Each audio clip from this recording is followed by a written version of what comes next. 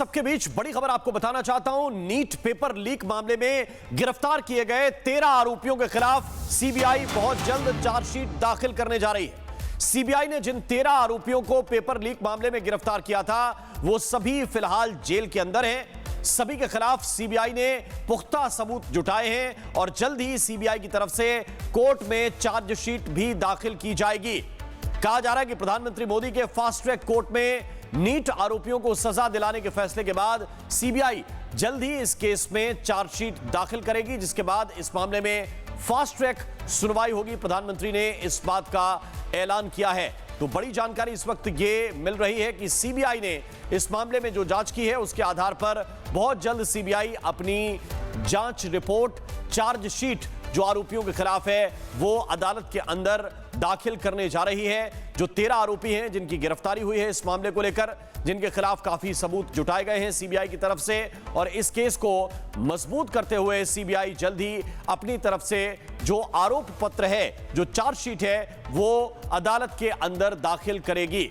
NEET paper leak मामले में जो 13 आरोपी गिरफ्तार किए गए हैं, फिलहाल वो जेल में हैं। उनसे पहले पूछताछ हुई है। पूछताछ के आधार पर साक्ष्यों का संकलन सीबीआई की तरफ से किया गया है, साक्ष्य जुटाए गए हैं और अब इस मामले में सीबीआई बहुत जल्द अपनी चार्जशीट भी दाखिल करने जा रही है और इसके बाद संभवतः इस मामले में फास्ट ट्रैक कोर्ट में सुनवाई होगी, क्योंकि प्रधानमंत्री ने इसकी फास्ट ट्रैक सुनवाई का ऐलान किया है।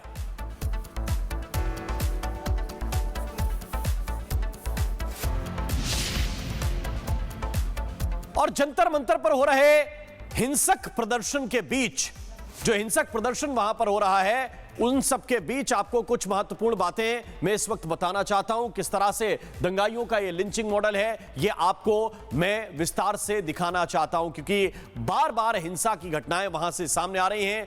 लगातार विदेशी साजिश की बातें भी निकलकर सामने आ रही हैं। मेरे सहयोगी जतिन इस वक्त मेरे साथ जुड़ रहे हैं, उनकी तरफ चलते हैं। जतिन, जरा बताइए कि किस तरह से अब इस मामले को लेकर जो कहा जा रहा था कि सीबीआई अपनी जांच लगभग पूरी कर रही है, चार्जशीट दाखिल होनी है, चार्जशीट दाखिल होने जा रही है।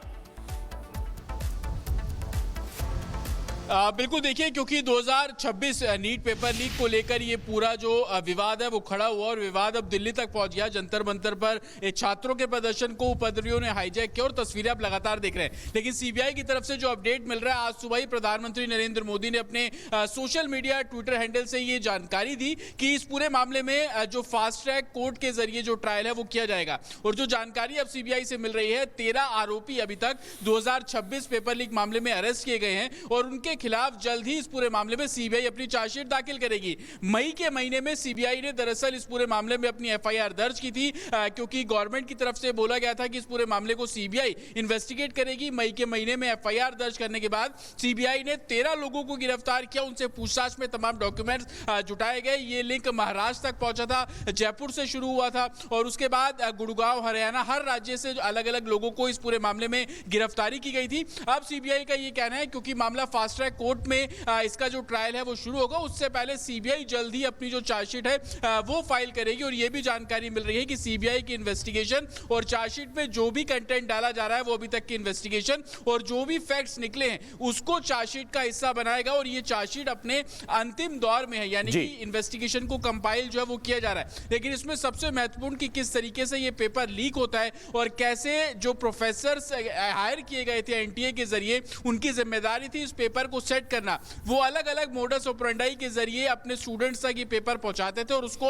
आगे समय के हिसाब से जो प्राइस है, किसी का 10 लाख, किसी का 3 लाख, इस हिसाब से बेचा जा रहा था। तो इस पूरे सीक्वेंस को एक चार्जशीट का हिस्सा बनाया जाएगा। और प्रधानमंत्री नरेंद्र मोदी ने आज सुबह ही बहुत क्लियर कह दिया था कि फास्ट ट्रैक कोर्ट में ये जो पूरे केस हैं वो जाएंगे, ताकि पेपर लीक के जो आरोपी है वो किसी तरीके से कानून के शिकंजे से बाहर ना निकले। और इसी के चलते सीबीआई इस पूरे मामले में जल्द। ठीक है, बहुत बहुत शुक्रिया, बहुत बहुत धन्यवाद जतिन आपका इस पूरे अपडेट के लिए, इस पूरी जानकारी को विस्तार से बताने के लिए। और जंतर मंतर पर जिस तरह से हिंसक प्रदर्शन हो रहा है, उसके पीछे विदेशी साजिश का खुलासा भी हुआ है, जो विदेश में बैठकर न सिर्फ इस प्रदर्शन को फंडिंग कर रहे हैं बल्कि खाना भी ऑर्डर कर रहे हैं। डिलीवरी बॉय ने जो खुलासा किया, इसके बाद यह साबित हो गया कि देश विरोधी ताकतें विदेशी फंडिंग के जरिए देश में माहौल बिगाड़ना चाहती हैं।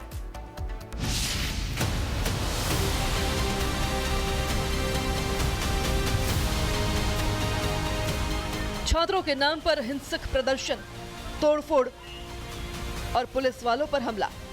जंतर मंतर पर बैठे प्रदर्शनकारियों का असली चेहरा दुनिया के सामने आ गया है। लेकिन इस बीच पिछले 2 दिनों से सबसे बड़ा सवाल ये बना हुआ है कि आखिर जंतर मंतर पर प्रदर्शनकारियों के लिए इतना खाना कौन भेज रहा है। जोमेटो, स्विगी से खाने की बाढ़ आ गई है। दावा किया जा रहा है कि ये खाना देश के अलग अलग कोने से ऑर्डर कर भेजा जा रहा है। लेकिन यहाँ खाना डिलीवर करने आए एक डिलीवरी बॉय ने जो खुलासा किया, उसने ये साबित कर दिया कि इस प्रदर्शन और प्रदर्शनकारियों को विदेशी फंडिंग मिल रही है।